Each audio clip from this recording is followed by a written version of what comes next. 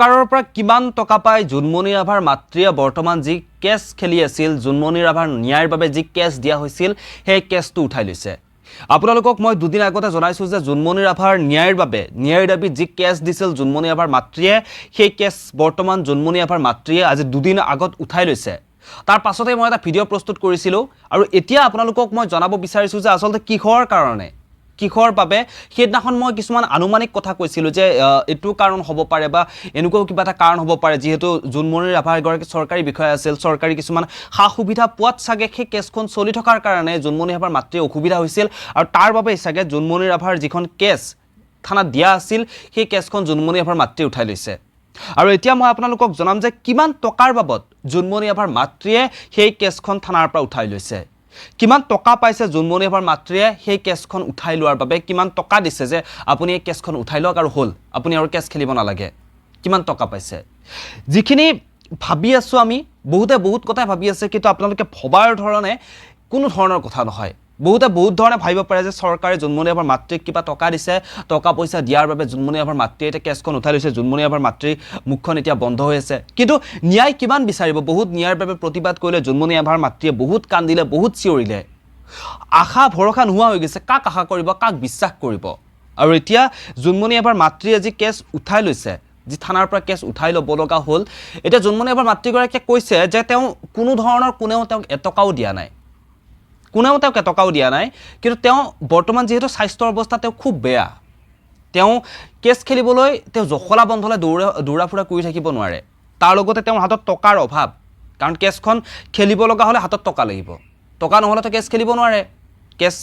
খেলিব লগা হ'লে যেহেতু টকা লাগিব আৰু জোনমণি ৰাভাৰ মই আগতে আপোনালোকক কৈছিলোঁ যে তেওঁলোকৰ ঘৰৰ একমাত্ৰ ইনকাম কৰা মানুহগৰাকী আছিল জোনমণি ৰাভা এতিয়া জোনমণি ৰাভাই যেহেতু নাই জোনমণি ৰাভাৰ মাতৃ জোনমণি ৰাভাৰ ককায়েক নাই জোনমণি ৰাভা নোহোৱা হৈ গ'ল এতিয়া জোনমণি ৰাভাৰ মাতৃ অসহায় মাতৃগৰাকীয়ে অকলে কি কৰিব অকলেতো তেওঁ কেছখন চলাব নোৱাৰে অকলেতো তেওঁ দৌৰা ফুৰা কৰিব নোৱাৰে কেনেকৈ কি কৰিব তেওঁ নিজৰে স্বাস্থ্যৰ অৱস্থা বেয়া হৈ আছে আৰু তেনেকুৱা এটা অসুখীয়া দেহালৈ তেওঁ কেনেকৈ এখন কেছ খেলিব কেনেকৈ টকা পইচা দিব তেওঁ নিজৰ দেহৰ চিকিৎসাহে কৰিব নে তেওঁ জোনমণি ৰাভাৰ ন্যায়ৰ বাবে যি কেছ দিয়া আছিল সেই কেছৰ বাবে তেওঁ দৌৰিহে থাকিব নে সেই কেছটো তেওঁ খেলিব গতিকে তাৰ বাবে অৱশেষত তেওঁ ভাবি চিন্তি তেওঁ গমো পালে যে আচলতে কি হ'ব কি নহ'ব সেইটো তেওঁ অনুমান কৰিলে আৰু তাৰ বাবে অৱশেষত তেওঁ যিটো কেছ দিয়া আছিল যিখন কেছ দিয়া আছিল সেই কেছখন তেওঁ উঠাই ল'ব লগা বাধ্য হৈ পৰিল ইয়াতে বহুত কথাই ভাবিব পাৰে বহুতে ভাবিছে চাগে যে জোনমণি ৰাভাৰ মাতৃয়ে টকা পালে টকা পোৱাৰ বাবে তেওঁ কেছখন উঠাই লৈছে বহুতে তেনেকুৱাকৈ বহুতৰ মনত আহিব পাৰে এইবোৰ প্ৰশ্ন কিন্তু আচল কথাটো হৈছে এইটো আৰু এই কথাখিনি আজি জোনমণি ৰাভাৰ মাতৃয়ে স্পষ্টীকৰণ দিছে জোনমণি ৰাভাৰ মাতৃয়ে স্পষ্টীকৰণ দিছে কিহৰ বাবে জোনমণি ৰাভাৰ মাতৃয়ে কেছখন উঠাই লৈছে থানাৰ পৰা এতিয়া আপোনালোকে গম পালে গতিকে প্ৰতিবাদ বহুতে কৰিলে সকলোৱে প্ৰতিবাদ কৰিলে প্ৰতিবাদৰ মূল্য আমি কি পালোঁ সকলোৱে গম পালোঁ বহুত প্ৰতিবাদ হ'ল বহুত চিঞৰিলে বহুত চিঞৰ বাখৰ বহুত হ'ল কিন্তু প্ৰতিবাদ শেষত গৈ প্ৰতিবাদৰ মূল্য কি হৈছে কিমান দিন চলিল কেছটো কিমান দিন হ'ল কমচে কম লগেতো গোটেইখিনি ওলাই পৰা নাছিল ন কম 6 মাহ 7 মাহ আৰু এই ঘটনাটোৰ লগত কিমান মানুহৰ নাম সাঙুৰ খাইছিল কিমান আৰক্ষী বিষয়াৰ নাম সাঙুৰ খাইছিল এতিয়া মই আপোনালোকক দুনাই তেওঁলোকৰ নামবোৰ কোৱাৰ প্ৰয়োজন নাই সেইটো আপোনালোকেও গম পাই যে কিমান কেইজন আৰক্ষী বিষয়াৰ নাম সাঙুৰ খাইছিল লগতে ট্ৰাক ড্ৰাইভাৰজনে দুদিন পিছত এটা জামিন লাভ কৰিছিল জামিন লাভ কৰাৰ পিছত তেওঁ নিজে গুচি গৈছিল তেওঁ নিজৰ দেশত তেওঁ মুকলি আকাশৰ তলত মুক্ত মানে থাকিব পাৰিছিল কিন্তু জোনমণি ৰাভাৰ ঘৰখন তিলকৈ শেষ হৈ গৈছিল প্ৰথম অৱস্থাত জোনমণি ৰাভাৰ মৃত্যুৰ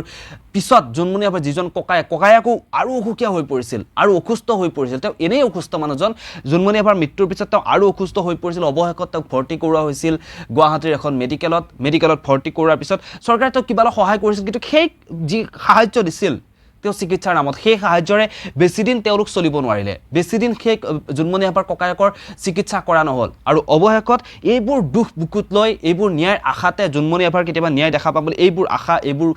দুখ বুকুত বান্ধি নিজৰ ভনীয়েকগৰাকীৰ চকুত আগত শেষ হৈ যোৱা এইবোৰ দুখ বুকুত বান্ধি সেই অসুখীয়া ককায়েকগৰাকীয়েও খুব কম দিন জোনমণি ৰাভাৰ মৃত্যু হোৱাৰ খুব কম দিনৰ পিছতেই